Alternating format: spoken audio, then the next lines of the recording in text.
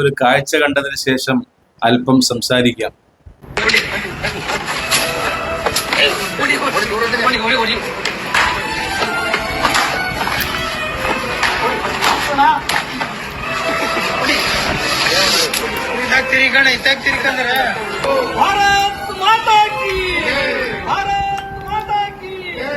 ഒരു ഭാഗത്ത് ശാസ്ത്രജ്ഞന്മാർ ചന്ദ്രനിലും ചൊവ്വയിലും വണ്ടി ഇറക്കാൻ നോക്കുന്നു. മറുഭാഗത്താണെങ്കിലോ ഇതാ കട്ടിലിൽ കയറിപ്പറ്റാൻ കഷ്ടപ്പെടുന്ന ഒരു പാവം പാറ്റയെ ഓടിക്കാൻ ചൂലും വടിയും പാത്രവുമായി ഒരു സംഘം.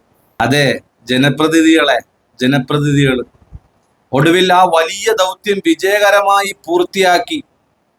അതിന്റെ സന്തോഷാഹ്ലാദത്തിൽ ഭാരത് മാതാ കി ജയ്, ഭാരത് മാതാ കി ജയ് വിളിക്കുമ്പോൾ ഉണ്ടല്ലോ, ആ മുഖത്തെ ഒരു സംതൃപ്തി, എന്തോ വലിയൊരു പ്രതിഭാസത്തെ കീഴടക്കിയ സന്തോഷത്തിൽ വിളിക്കുകയാണ്. പണ്ടും അങ്ങനെ തന്നെയാണല്ലോ. ആരെങ്കിലും ഉപദ്രവിക്കാനോ കൊല്ലുവാനോ വേണ്ടിയിട്ടല്ലാതെ ഈ ഭാരത് മാതാ കി ജയ് അവർ ഉപയോഗിച്ചിട്ടില്ല. ലോകത്തെ ഏറ്റവും വലിയ ആഗോള പ്രശ്നം പരിഹരിച്ച ആ ഒരു ഗാംഭീര്യത്തിലാണ് അവരുള്ളത്.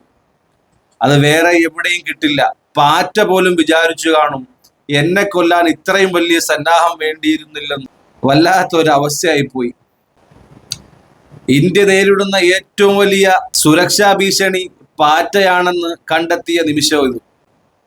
ഒടുവിൽ അതിനെയും തുരത്തി നമ്മൾ വിജയിക്കും, വിജയം വരിച്ചിരിക്കുന്നു മക്കളെ എന്നുള്ള ലാഘവത്തിലാണ് അവരുള്ളത്. ഇസ്രായേലിന്റെ അയൺ ഡോമൊക്കെ എന്ത്, ഇവിടെ ഒരു പാറ്റയെ പിടിക്കാൻ പ്രയോഗിച്ച തന്ത്രങ്ങൾ കണ്ടോ? വടിയും ചൂലും പിന്നെ ഒരു പ്ലാസ്റ്റിക് ഡബ്ബയും. അത് ഓർക്കുമ്പോ തന്നെ ആ ചിരി വരെയാണ്.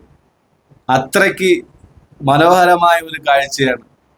ആ പാറ്റയെ കൊന്നിട്ട് അവസാനം ആ ജയ് വിളി ഉണ്ടല്ലോ, അതാണ് ഹൈലൈറ്റ്.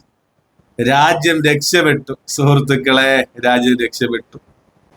പാറ്റ വിചാരിക്കേ ഞാൻ വെറുതെ ഒന്ന് നടക്കാൻ ഇറങ്ങിയതാപ്പാ, എന്നെ ഇങ്ങനെ നാറ്റിക്കണമായിരുന്നോ? ഓരോരോ കലാവിരുതുകളെ. രാജ്യം നേരിടുന്ന ഏറ്റവും വലിയ വെല്ലുവിളി. ഇനി നമുക്ക് ജയ് വിളിക്കാം. ഭാരത് മാതാ കി ജയ്, ഭാരത് മാതാ കി ജയ്.